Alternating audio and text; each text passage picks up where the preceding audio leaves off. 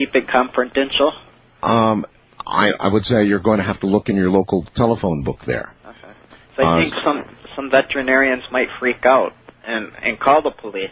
Then I'll be in trouble. You know, I don't think so. We really went through this with another case, and in your case, you didn't shoot the animal. No, but I hit it awful hard, Art. It I understand. Almost put the car to a dead stop. I know, I understand that. But in any case, as you have described it, it is an absolute accident. So I think the potential for you to be in trouble is very small indeed. Rob, listen, you proceed with that if you would. I'll be in touch with you tomorrow, and we'll follow up on the story, okay? Okay. All right. Bless your heart for coming on tonight, Rob, and say hi to your wife for me, all right? Okay. We'll be in touch. Okay. Take care. Bye-bye. Good night. Well, that's the way to start the night out. I'm Art Bell, and this is Coast to Coast AM. Top of the day. You're listening to Art Bell, Somewhere in Time. Tonight featuring a replay of Coast to Coast AM from August 2nd, 2001.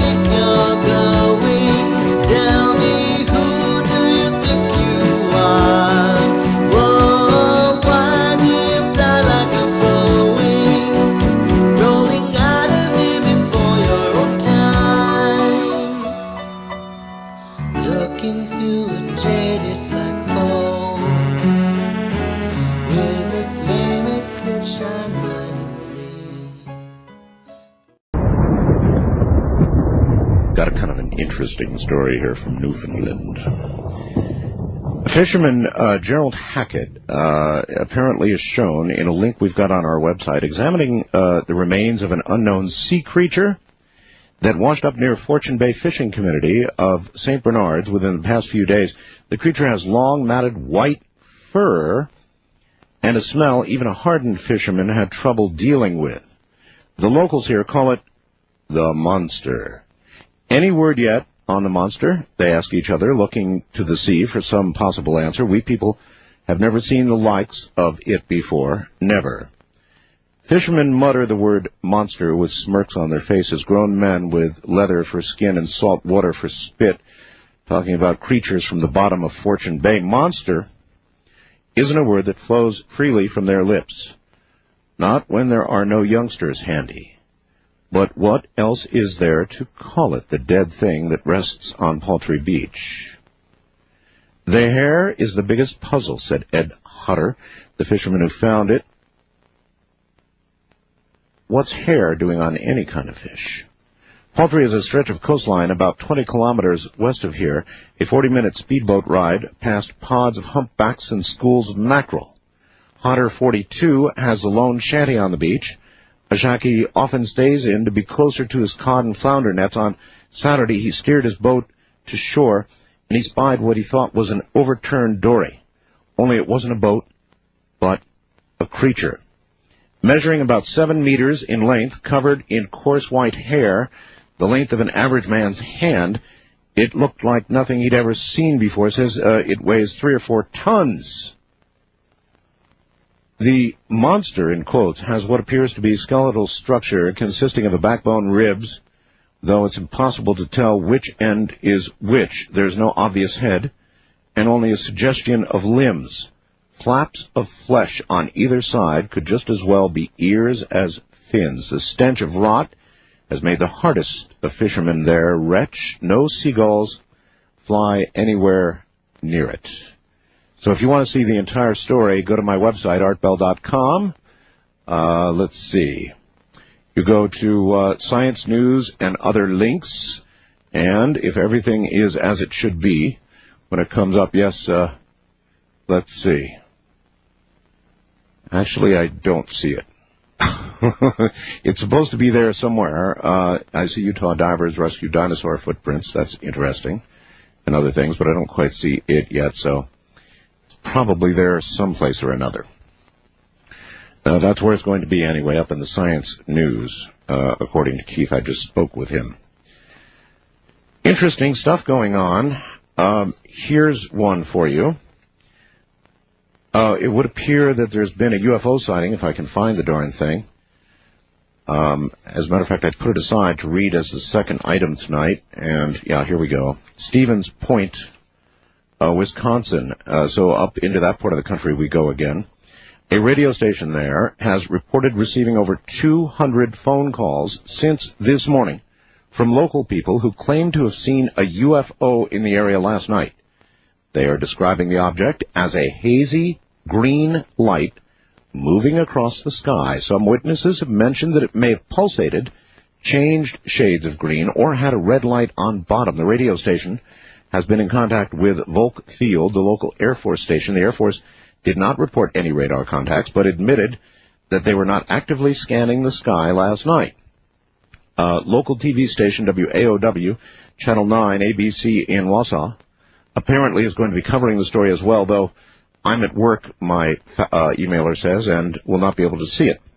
I was driving home from work from Wausau, Wisconsin to Stevens Point, Wisconsin last night, but I did not see anything remarkable in the sky. Nevertheless, 200 people reportedly did, so I thought I'd let you all know about that. Let's go to the phones, open lines, anything goes till the top of the hour.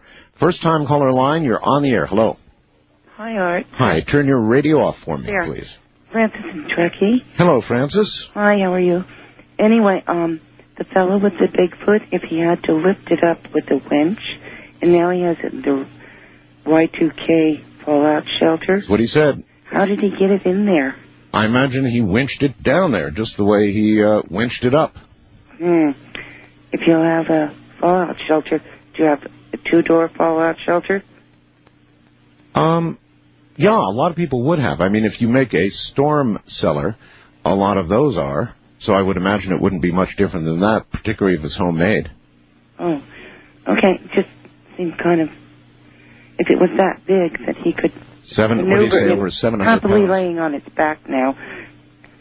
Yeah, well, I can imagine that you would have a fallout shelter that would be plenty big enough to do that. Okay. So I sense in your voice you don't believe him, huh? Well, if you have something that big, I don't see how you can maneuver it around and have it happily laying on its back. If the guy's offering to send me airline tickets to come out there and get this thing, which, of course, I can see me trying to get that on a United flight, you know. Well, Carville and that'll get along well. Okay. Somehow, though, I believe his story. Thank you very much. Thank you. Take care. Wildcard line, you're on the air. Good morning. Turn off your radio, please. Hello? Hello? East of the Rockies, you're on the air. Good morning. Hello? Hello? How are you doing? I'm doing okay, sir. Where are you?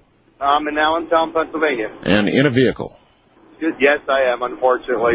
Okay, go ahead. How you doing, Art? Okay, sir. All right, glad to hear you back. The caller about I guess the Bigfoot. Yes. I think it might be a little bit better idea having him call his local zoo. They got a lot of veterinarians that work at zoos and stuff like that. I'm sure they'd be maybe a little bit more. I don't want to give away where he is because he didn't want to say that, but he's in a very, very small town. Secluded area, yeah. I understand that. No zoo. I suppose, if you went to one of the major cities there, you'd find something, but offhand, no zoo near him. Yeah, that's what I was thinking. Maybe being the zoo has a lot of animals, different things, I'm sure they got a lot of vets. Yeah, all I can say is keep your eyes on the road, huh? How about it? Yeah, I'm driving a turnpike. I got to watch all that stuff. But yes, great to hear you back again, Art. All right, thank you very much, and take care. A real heavyweight. Keep it right where you've got it. This is Coast to Coast AM. You're listening to Art Bell, Somewhere in Time on Premier Radio Networks. Tonight, an encore presentation of Coast to Coast AM from August 2nd, 2001.